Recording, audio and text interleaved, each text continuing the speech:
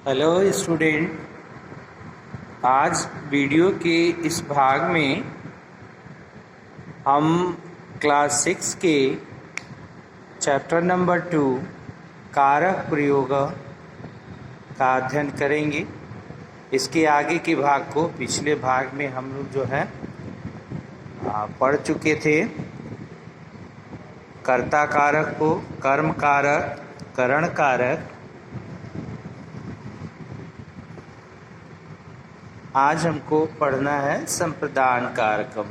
संप्रदान कारकम, संप्रदान कारक, इसको हम लोग पढ़ेंगे।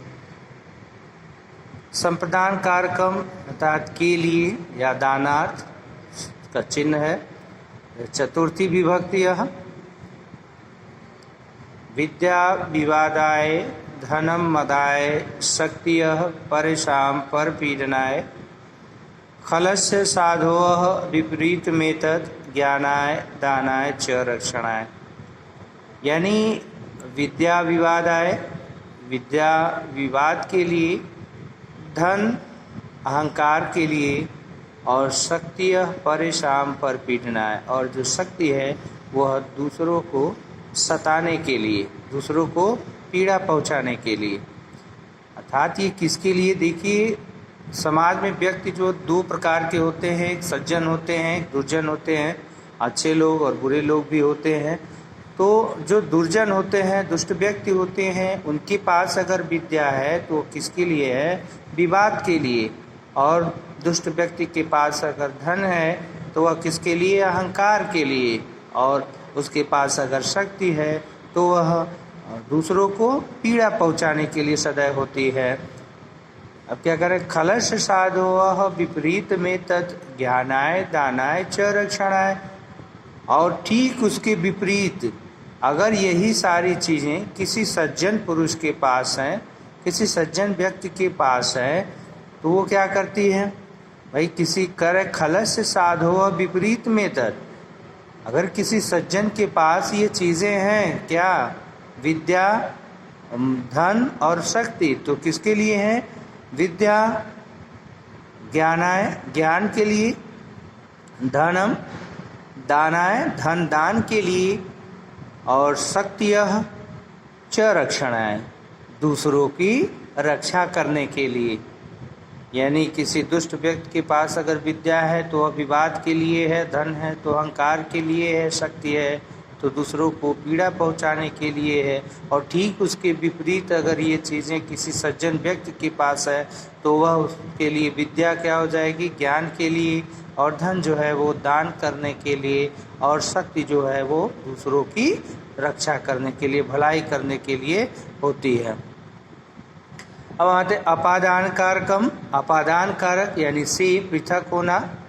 पंचमी विभक्ति यह लोभात् क्रोधः, लोभात् क्रोधः प्रभवति, लोभात् कामः प्रजायते, लोभात् मोहस्य नाशस्य, लोभः पापस्य कारणम।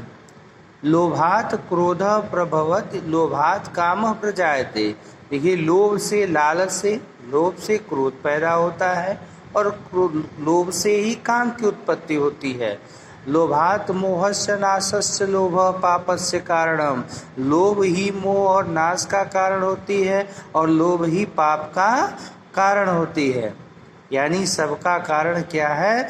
लोभ है, लालच। लोभ से क्रोध उत्पन्न होता है, लोभ से काम की उत्पत्ति होती है, लोभ से ही मोह का नाश होता है, और लोभ ही पाप का कारण बनती है। संबंध, संबंध कारक, संबंध कारक का विभक्ति चिन्ह जो है वो का, के, की और रा, रे, री होता है। तो यहाँ पर षष्ठी विभक्ति है। लुब्धानाम याचकः शत्रुः, मूर्खाणाम बोधको रिपुः, जार स्त्रीणाम पतियः शत्रुः, चौराणाम चंद्रमा रिपुः।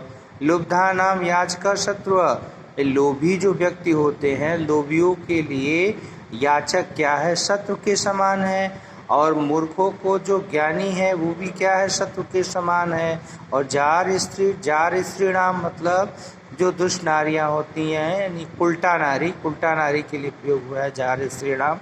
तो उल्टा नारियों के लिए उनके पति जो है वो शत्रु के समान होते हैं, और चौराणाम चंद्रमा रिपो, और चोरों के लिए जो है चंद्रमा ही उसका शत्रु है उनका।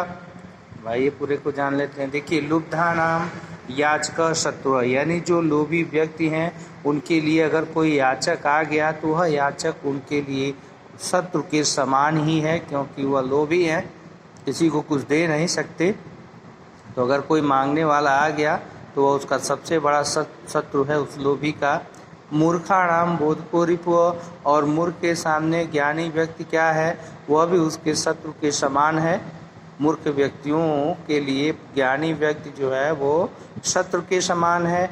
और जार स्त्रीणाम पतिय शत्रु, और जो उल्टा नारी हैं, उल्टा स्त्री हैं, उनके लिए उनका पति जो है वो शत्रु के समान है। चौराणाम चंद्रमा रिपु, और चोरों के लिए जो है उनका शत्रु क्या है, चंद्रमा है। चंद्रमा कैसे शत्रु है, चोर है, रात को चोरी करेंगे। चंद्रमा अगर है तो चारों तरफ चांदनी, रात में चारों तरफ जो है उजाला होगा, इसकी वजह से जो है चोर जो चोरी नहीं कर पाएंगे। तो इसके लिए जो है चंद्रमा जो है शत्रु होता है, क्योंकि भाई उजली रात में चोरों को कोई देख लेगा, पहचान लेगा, उनको इसका डर रहता है। इसलिए चोरों का शत्रु जो है वो चंद्रमा है। चोर चंद्रमा को अपना शत्रु मानते हैं। अधिकरण कारकम, अधिकरण कारकम में पेपर, तो सप्तमी विभक्ति, यह सप्तमी विभक्ति है। विदेशेषु धनम विद्या, व्यसनेषु धनम मति, परलोक के धनम धर्म, शीलम सर्वत्र वै धनम। देखिए, विदेशेष धनम विद्या, यानी विदेश में, परदेश में सबसे बड़ा धन क्या है, विद्या है। व्यसनेषु धनम मति, और व्यसनेष यानी विपत्ति के समय में, दुख के समय में धनम मति है, सबसे बड़ा धन क्या है, मति है, बुद्धि है। परलोके धनम धर्म, और परलोक में धन, सबसे बड़ा धन क्या है, वो धर्म है, धर्म ही काम आता है परलोक में। और शीलम सर्वत्र वै धनम, और शील जो है वो सर्वत्र वै धन है, सबसे उत्तम धन है। शील जो है सबसे उत्तम धन है, यह सभी जगहों के लिए उत्तम है। पूरा देख लेते हैं। विदेश धनम विद्या, इन प्रदेश में व्यक्ति का सबसे बड़ा धन क्या होता है, विद्या होती है। और व्यसनेष धनम मति, और विपत्ति के समय व्यक्ति के पास खर्च करने के लिए सबसे अच्छा धन क्या है, वो मति यानी बुद्धि, अपने बुद्धि का प्रयोग करके वह समस्याओं से निकलता है। परलोके धनम धर्म, और परलोक में सबसे बड़ा धन क्या है, वो धर्म है, धर्म किया हुआ ही परलोक में मिलता है। शीलम सर्वत्र वै धनम, और शील जो है यह सभी जगहों के लिए उत्तम धन है, यह सर्वथा उत्तम धन है, सर्वोत्तम धन है शील, हर जगह के लिए। लास्ट देखिए, संबोधन, हे ऐ अरे, इसका चिन्ह है हे देव देवेश वयम नमामः त्वां वंदनीयं जनकं सुखानां, मातास्य लोकस्य चराचरस्य पुत्राः वयं त्वां नहीं विस्मरामः। हे देव देवेश, यानी हे देवता, हे ईश्वर, वयम नमामः, हम आपको नमस्कार करते हैं। त्वाम वंदनीयम, तुम्हारी वंदना करके, आपकी वंदना करके। जनकम सुखानाम, हम अपने माता पिता के लिए सुख की कामना करते हैं। मातास लोकस्य चराचरस्य, किसकी किसकी कामना करते हैं, जनकम सुखानाम, पिता के सुख की, माता के, लोक के, और चराचरस्य यानी चर अचर के। यानी हम, हे ईश्वर, हम तुम्हारी वंदना करके, हम आपकी वंदना करके अपने पिता, माता और इस लोक के और इस लोक में रह रहे चर अचर के सबके लिए सुखों की कामना करते हैं। पुत्रा वयम त्वाम नहीं विस्मरामा, और ऐसा पुत्र जो करता है उसको नहीं विस्मरामा, विस्मृत नहीं किया जा सकता, उसे भुलाया नहीं जा सकता। काले अक्षर के शब्द एक एक श्लोक में उसी विभक्ति के सूचक हैं। पहले ही बताया मैंने, जो डार्क कलर्ड वर्ड हैं ये इसी विभक्ति के सूचक हैं। सो आगे देखिए, आगे हम लोग जो है इसके प्रश्न हैं, प्रश्न को जान लेते हैं। पहला प्रश्न इसमें है, रिक्त स्थानानि पूरयत, रिक्त स्थानों की पूर्ति करना है। कह रहे हैं आचार्य कुलमाख्याति देशम आख्याति भाषणम। भाई आचार्य कुलम आख्याति देशम आख्याति भाषणम। भाई आचार जो अच्छा आचरण जो है वो कुल को बतलाता है, और देश को कौन बतलाता है? आख्यात मतलब बतलाना होता है। तो देशम आख्यात, देश की को कौन बतलाता है? भाषण, यानी अच्छी भाषा जो है देश को दर्शाती है। जयेत सत्येन, जयेत सत्येन चानृतम, जयेत सत्येन चानृतम। इसके बाद शक्तियः परपीडनाय, तो शक्तियः परेषां परपीडनाय। लोभ कारणम, तो लोभ पापस्य कारणम, लोभ पाप का कारण है। दूसरा प्रश्न देखिए, दूसरे में अधोलिखितेषु वाक्येषु कारकम किम। नीचे लिखे वाक्यों में कौन सा कारक है? नहीं विद्या समो बंधुअः, तो नहीं विद्या समो बंधुअः इसमें जो है करण कारक है। तृतीया विभक्ति वपुरख्याति भोजनम, तो इसमें जो है यह कर्म है। द्वितीया विभक्ति कर्म कारक द्वितीया विभक्ति। जयेत कदर्यम दानेन, तो इसमें जो है तृतीया करण कारक है और तृतीया विभक्ति है। विद्या विवादाय धनम मदाय, यह जो है संप्रदान कारक यानी चतुर्थी विभक्ति है। लोभात कामः प्रजायते, लोभात कामः प्रजायते, इसमें जो है आपादान यानी पंचमी विभक्ति है। और परलोके धनन धर्म अधिकरण है, सप्तमी विभक्ति।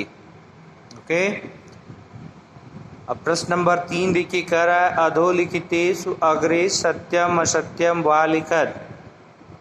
नीचे लिखे वाक्यों के आगे आप सत्य असत्य लिखें, सही गलत हमको लिखना है।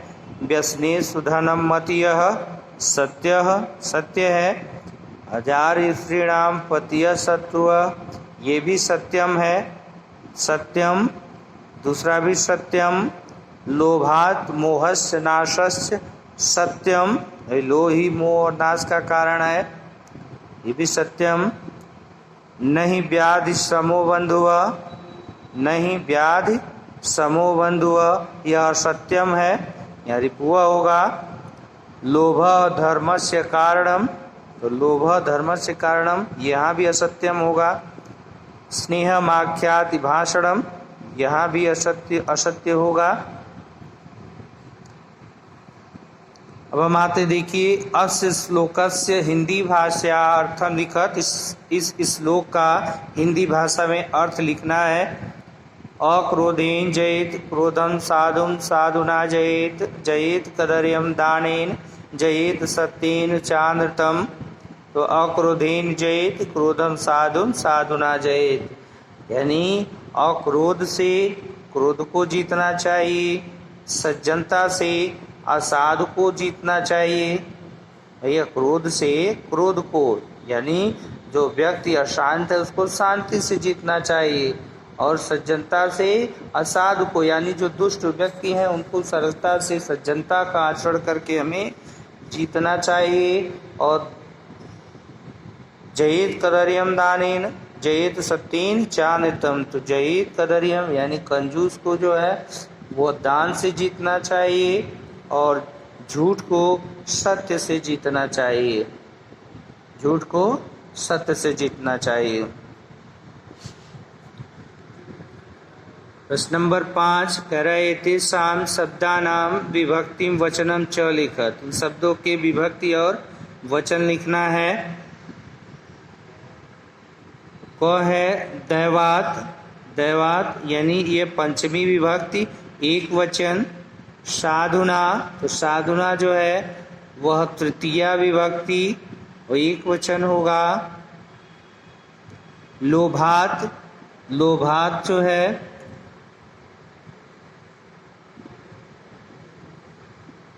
पंचमी विभक्ति, एक वचन है। मूर्खाणाम षष्ठी एक वचन है। लोकस्य भी षष्ठी एक वचन है।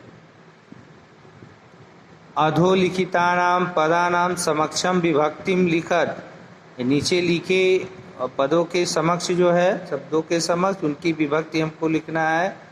सीताये, इसकी विभक्ति जो है चतुर्थी है।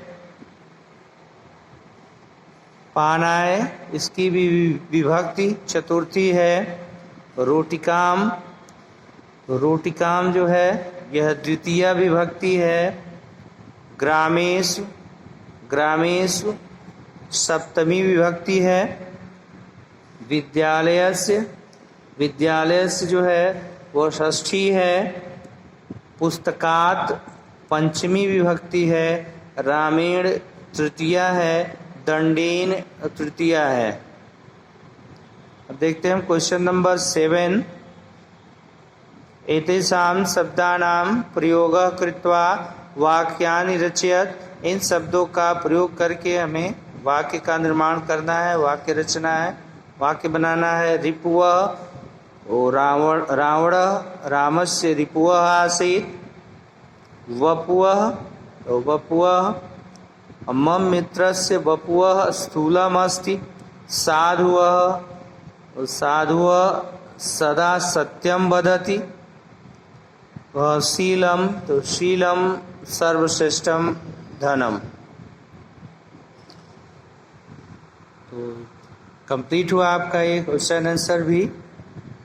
तो स्टूडेंट, उम्मीद है समझ में आएगा आप लोग के वीडियो ये। अब नेक्स्ट वीडियो में फिर हम आगे के चैप्टर को लेकर के उपस्थित होंगे। सो स्टूडेंट, तब तक के लिए टेक केयर, बाय बाय।